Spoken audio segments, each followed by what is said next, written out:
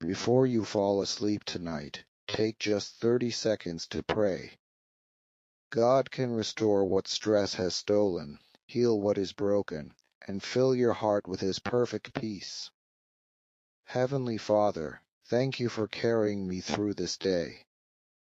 As I rest tonight, restore my body, renew my mind, and refresh my spirit.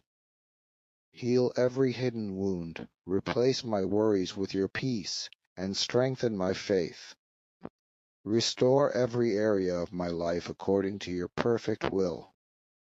Let your love surround me, your angels watch over me, and your presence give me peaceful sleep. I trust you with tomorrow because you are always faithful. In Jesus' mighty name, amen. If you believe God is restoring your life, type amen in the comments, and may the Lord bless you with peaceful rest tonight.